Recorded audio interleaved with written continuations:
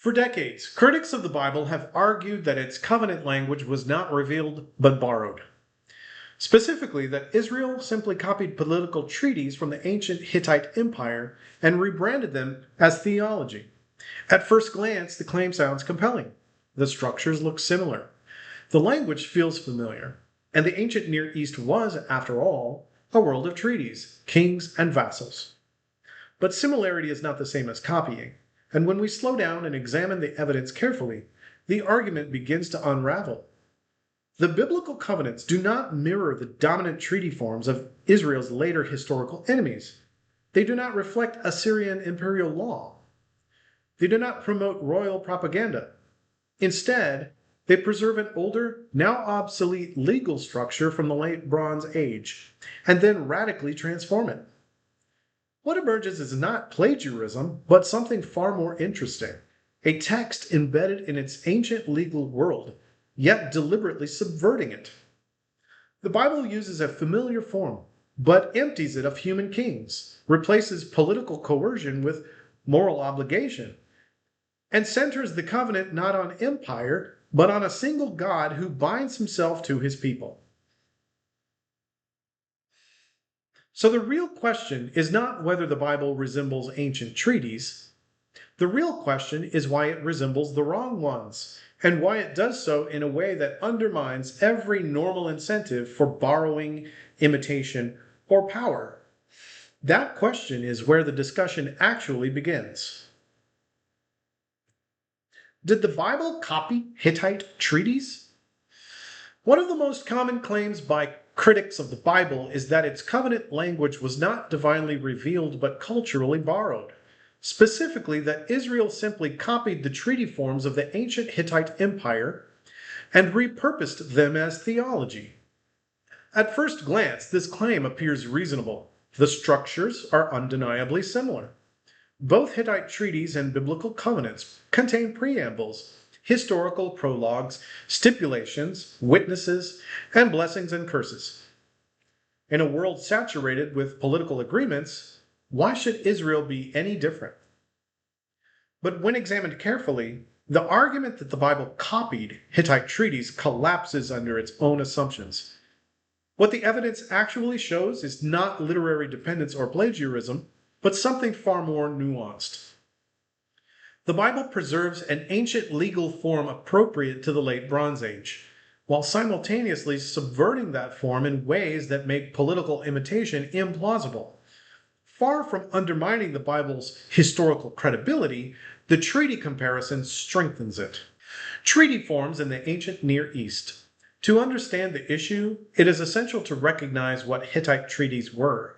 These were suzerain vassal agreements imposed by a great king upon a subordinate ruler. They followed a standardized structure: identification of the sovereign, a historical review of past benefactions, a list of obligations, provisions for public reading, invocation of the gods as witnesses, and a detailed set of blessings and curses. These treaties were not unique to Israel, nor were they secret or esoteric. They were the standard legal instruments of the late Bronze Age, used throughout Anatolia and southern Syria. No serious scholar disputes that Israel lived in the same broader cultural world in which these treaty forms developed. The real question, then, is not whether Israel was aware of treaty structures, but which treaty structures its covenant texts resemble and why. The dating problem critics rarely address. Here, the critical argument encounters its first major difficulty. The biblical covenant texts, especially those in Deuteronomy, do not resemble the treaty forms dominant in the centuries when many critics claim they were written. By the 8th to 7th centuries BC, the Near East was dominated by the Neo-Assyrian Empire. Assyrian treaties are well preserved and radically different in tone and structure. They lack historical prologues, emphasize fear rather than gratitude, and are overwhelmingly coercive. They exist to terrorize vassals into submission. If Deuteronomy were composed or substantially invented in this late period, as some skeptics argue, it would look Assyrian. It does not. Instead, it mirrors the earlier Hittite suzerainty treaties, which had already fallen out of use centuries before the Neo-Assyrian period. Critics are thus forced into an unlikely position.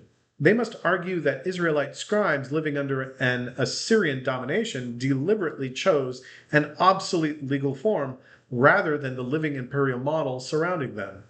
This is not how political borrowing normally works. Similarity does not equal copying. Even if one grants structural similarity, similarity alone does not establish copying. Legal forms persist across cultures precisely because they are functional. Modern constitutions resemble Roman law in structure, but no one claims the US Constitution is a forgery of Roman legal tablets. Crucially, there is no textual dependence between Hittite treaties and biblical covenants. No shared phrases, no shared deities, no shared kings, no shared historical events. The parallels exist at the level of genre, not content. Calling this copying stretches the term beyond usefulness.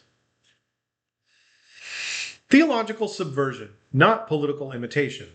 The most decisive evidence against the copying hypothesis is how radically the Bible reworks the treaty form. In Hittite treaties, the suzerain is a human king. The gods are external witnesses. The treaty legitimizes imperial power. In the biblical covenant, God alone is the suzerain. God is both witness and enforcer. The human king is marginalized or absent entirely. This inversion is striking. If Israel were borrowing treaty forms to legitimize royal authority, the king would be central. Instead, Israel's covenant theology consistently limits royal power and subjects the king himself to the law. This is not how propaganda works. Rather than copying Hittite treaties, the Bible empties the form of its political content and then repurposes it for moral theology. The structure remains, but the meaning is transformed. Why this matters for historical credibility? Ironically, the atheist claim that the Bible copied Hittite treaties concedes several points that skeptics elsewhere deny. It acknowledges that the biblical text reflects authentic ancient legal conventions, not medieval invention. It situates Israel within the real cultural world of the Late Bronze Age. And it explains why biblical covenant texts make sense only when read against that ancient background. What it fails to explain is why a late politically motivated text would adopt an archaic form that undermines royal authority and resists imperial norms. That question has no satisfactory skeptical answer.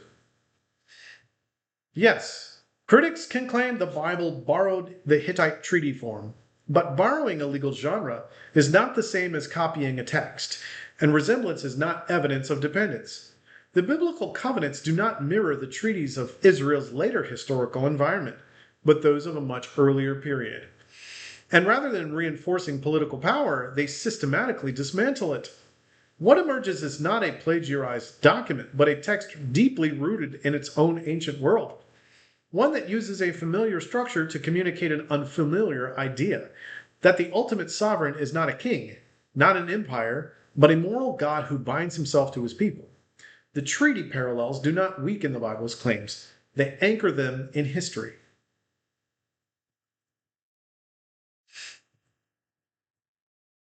One, the why preserve an obsolete form problem, rarely addressed. Critics can say Israel borrowed an ancient treaty form, but they must still explain why that form survived at all. Legal forms normally evolve with political power, reflect the dominant empire, change when enforcement mechanisms change. Yet Israel preserved a late Bronze Age treaty structure through centuries of Assyrian and Babylonian domination without updating it to match imperial norms. This suggests tradition preservation, not creative invention. That's an important historical signal. 2.